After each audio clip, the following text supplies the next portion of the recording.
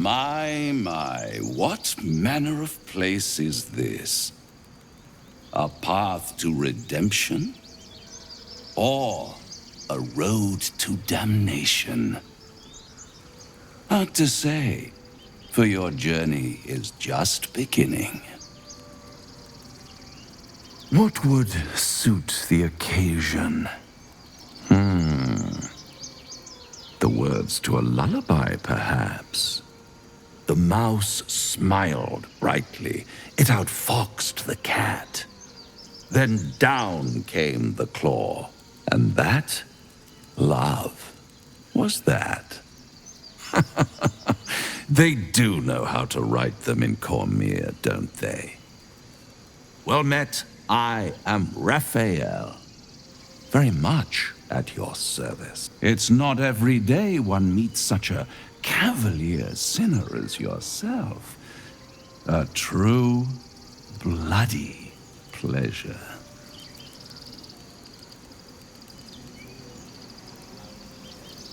I'm rather the admirer of the sanguine arts, even if I wasn't quite born under a killing moon myself.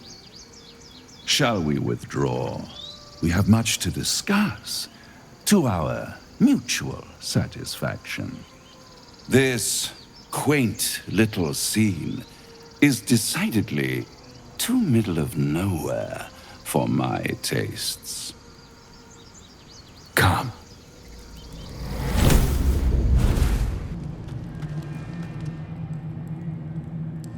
There, middle of somewhere.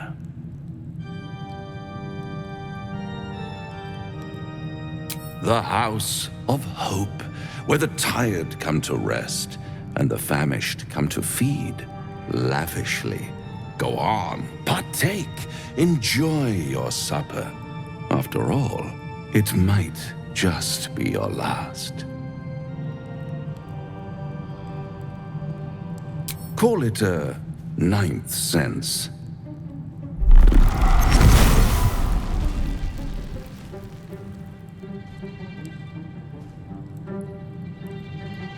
What's better than a devil you don't know? A devil you do. Am I a friend? Potentially. An adversary? Conceivably. But a savior? That's for certain.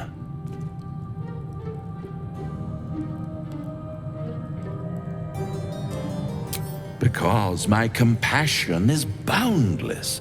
I stride among the needy, giving comfort where I can. And you're in dire need. One skull, two tenants, and no solution in sight. I could fix it all like that.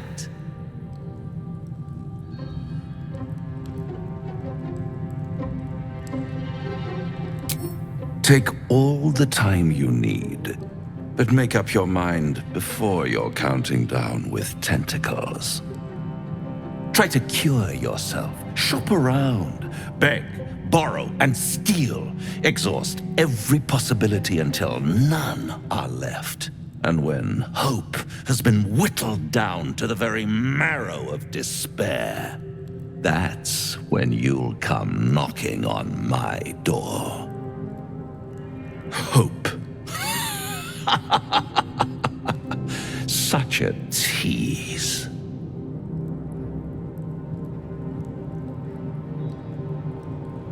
I'll be around, watching you squirm like a tadpole through a nice, juicy brain. All those pretty little symptoms, sundering skin, dissolving guts, they haven't manifested yet, have they? One might say you're a paragon of luck. I'll be there when it runs out. This devil, Raphael, flaunts his paltry wings as if he wants to impress us. You saw the red dragon slaying his infernal kin above hell's fires, did you not? Next to a dragon, the devil's a gnat. When I am Kithrak, I will take my Queen Vlaakith his head as a trophy.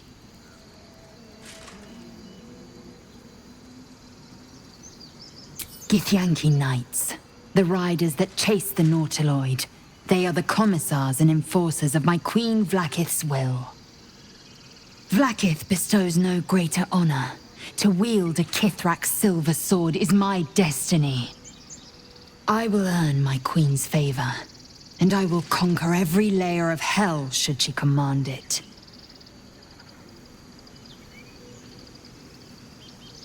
The Geich are my kind's mortal enemy. It is not unusual for the Kithrak to give chase. To penetrate the hells, this is unusual. But I'm not one to question the wisdom of my queen. I can see but to the horizon. Vlaakith's sight pierces the many plains. Now there's a bloody devil trailing after us. Well, this gets better and better. Shop around, he said. He seems sure we won't find anything. And he might be right. We've had no luck so far.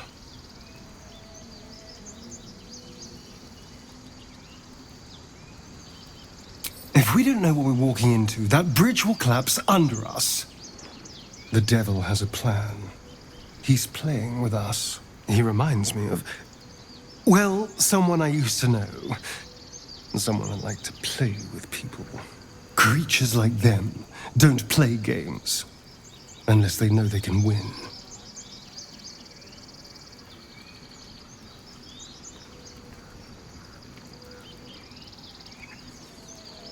We keep hunting for answers. What other choice do we have? This is no ordinary Mind Flayer parasite. Who tampered with it, and why? What do they have planned for us? And why are we important enough that a devil comes knocking on our door? If we find those answers, we might have a chance. The Devil with the Silver Tongue. An old fairy tale my father read to me. The kind with a hero, a villain, and a moral. A farmer made a deal with the devil, so the story goes. In exchange for the farmer's dearest fruit, the devil granted him a bottomless coin purse. The farmer's dearest fruit, naturally, was no apple nor peach, but his beloved daughter. We can learn a lot from fairy tales, don't you think?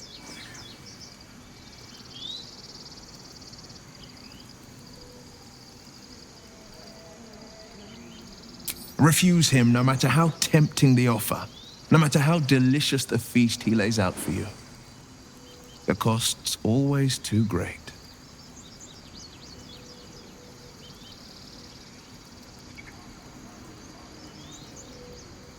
That's because you still have hope. But when he becomes your last hope, remember this. He'll require of you only what you're least ready to part with. And then require more still. You might think you'd give up anything for a cure. But the devil won't take just anything. He'll take everything. Bloody hells. Literally. Just when I think I've got a grasp on our dilemma, a devil shows up. No matter. We've dealt with every other oddity thrown at us lately. We can handle this one too. Now, as for this Raphael, he knows our secret. He claims he can help. What do you make of him?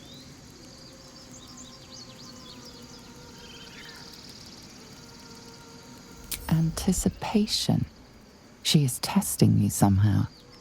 About Raphael. Actually, yes, you're right. Very intuitive. Clearly the devil was trying to sow doubt among us. I know people who work much like our new acquaintance does. You don't need a scourge or a rack to break people.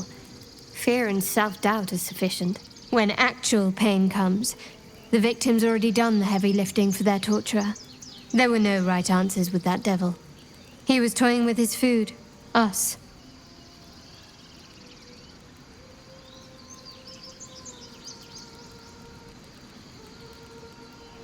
Cunning people, private, and very dangerous at times.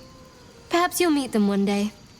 See, sowing doubt is an old trick. Watch out for it. And for Raphael. Do you feel as flattered as I do? Invited to dine with a devil.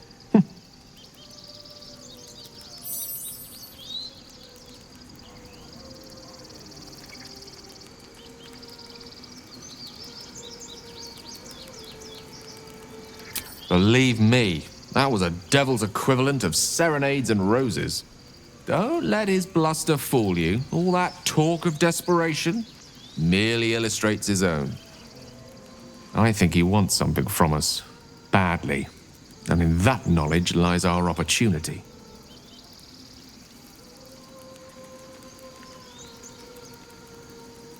Our souls. But I suspect that's but his opening offer. Let me play the devil's advocate. The man is too eager. Do not dismiss his offer out of hand. If there's one quality all the denizens of the hells embody, it's ambition. A quality they share with many humans, come to think of it.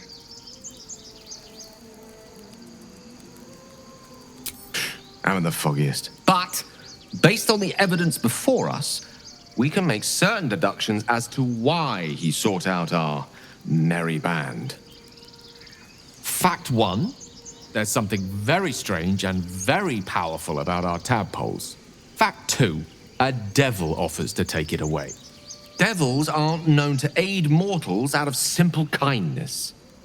Whatever Raphael wants, we must be the key to getting it, along with our tadpoles. So, I say for now, we wait. If I'm right, Raphael will seek us out again, and when he does, there's a mighty bargain to be made. Remember his Cormyrean rhyme? Down came the claw. Perhaps we should start growing our nails.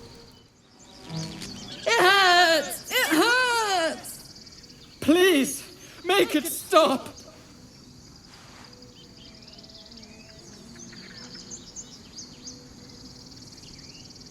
Don't you think it's awful? We'll save you, poor soul. The critters start a duet of their own, attempting to drown out the bard's music. They look at you expectantly. Of course, we are born performers. Unlike some. Dance upon the stars tonight. Smile and pain will fade away. Words of mine will change. No. Become.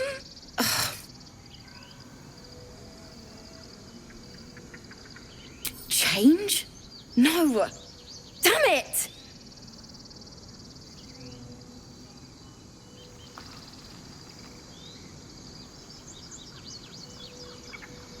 I thought they were cheering me on.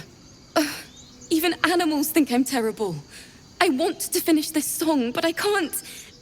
Nothing fits, you know?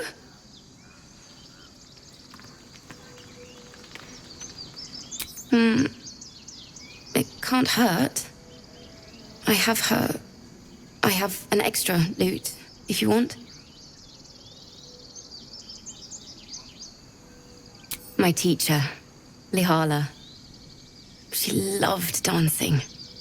Had 2 left feet, mind. I remember waking up one night on the road and seeing her, dancing beneath the stars, a huge smile on her face. Thinking of it now, my heart hurts. And my words just seem to crumble, like ash. Wait. Words of mine will turn to ash. That's perfect.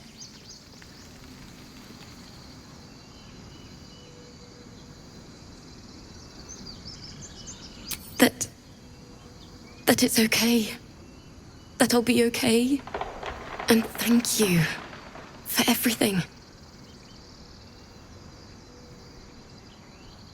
Moon, moon reminds me of your grace.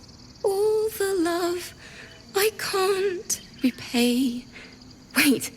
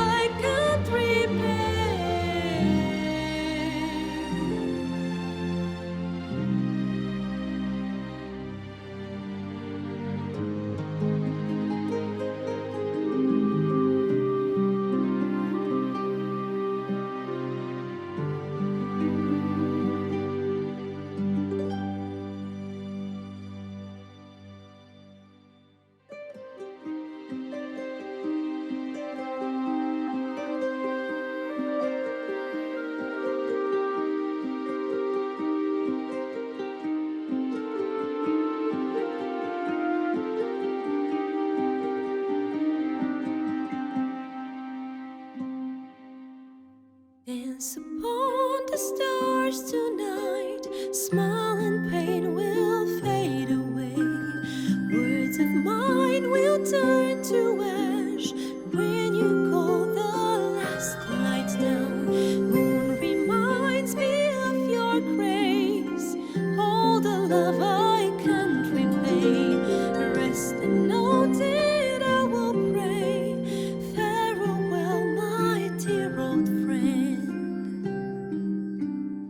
Dance upon the stars tonight. Smile and pain will fade away.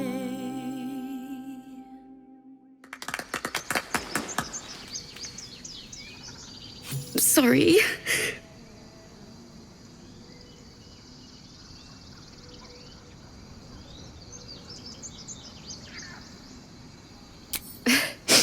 Thanks.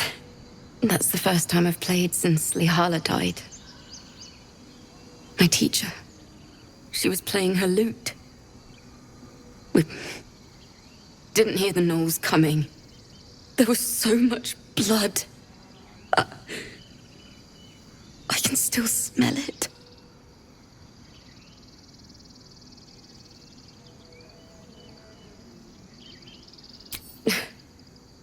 She'd yell at me for that clunky verse and make me play till my fingers were raw. And that's exactly what I'm going to do. Finish the Weeping Dawn. For her. I've a long way to go. But thank you. I needed this. Too sweet. Odiously sweet. The vomitous gall within despairs at your kindness. Shh. Listen. Your favourite drownings all take place in shallow water. Just a slice of the ankle tendons. A sweet melody beckons you. It vibrates with magic. A harpy's charm.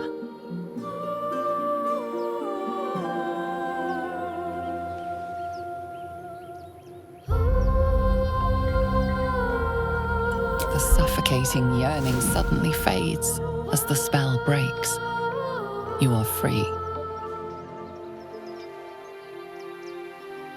No, it's just a bit of water. I only want to listen. Just a little closer.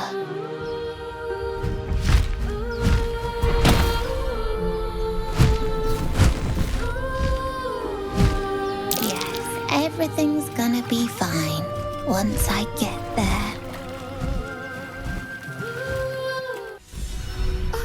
Are they gone? No. Yes. I mean, I don't know.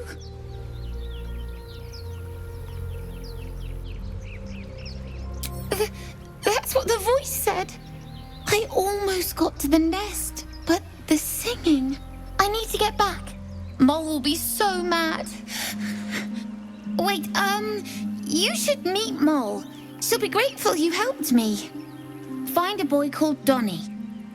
Tell him you want to see the dragon's lair. That scamp reminds me of myself when I was a nipper. Always getting into trouble.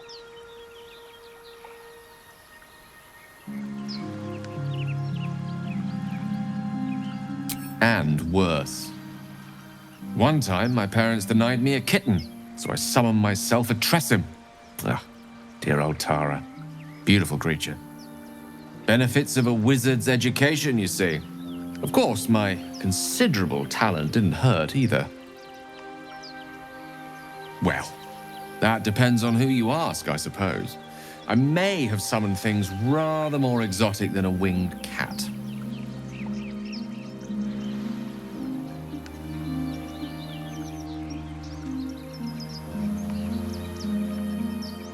There was that magma mephit once. Nice fella, we kept in touch. Of course, in walked the housekeeper, screaming, yelling, panic, and before you know it, fire everywhere. Anyway, I'm glad we got that boy out of his predicament. Poor lad would have been harpy feed if it wasn't for you. You ever scare me like that again, and I'll feed you to a gnoll. Mom, I'm fine. Stop it. Our little Hellion told us what happened. Thank you. Don't know what we'd do without her.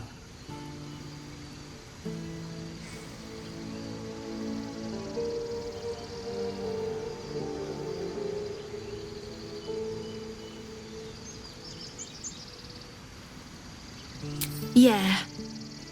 I mean, thank you for helping me. Ugh. I'm never gonna hear the end of this. If I'd got that stupid idol, I'd be a hero.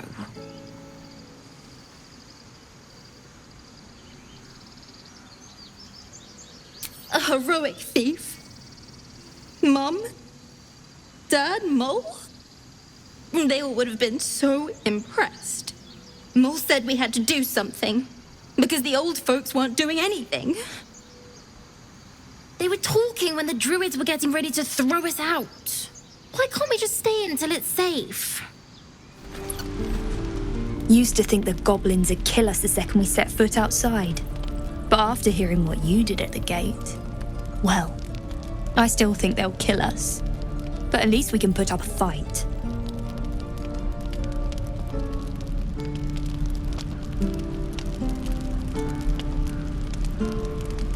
We're tougher than we look. We've survived persecution, survived Avernus. Who knows? Some of us might even make it to Baldur's Gate.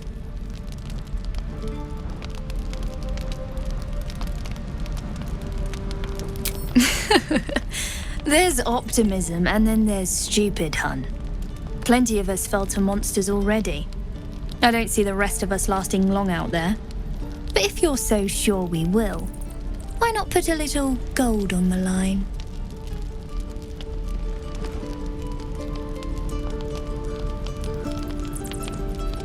I'm sure you're good for it.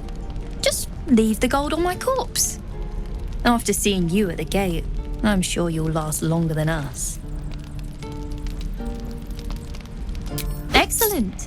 And since I ain't one to leave a debt unpaid, that means we're destined to meet in Baldur's Gate. Looking forward to it. You're the one who helped at the gate. Glad to have another sword. We might need it. I heard what happened. Thank you for protecting the child. If the druids are this far gone, then it's not just goblins we have to fear. So we can risk violence here, or face it for certain on the road. Quite the choice, isn't it?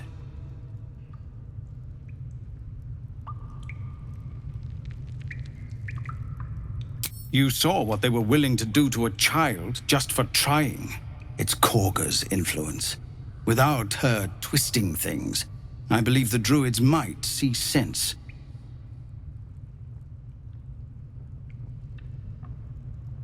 A low thought, but I'd be lying if I said I hadn't considered it. But the druids would slaughter us. We'd have to get close to Korga, within striking distance. I can't manage that, but they've already let you pass once.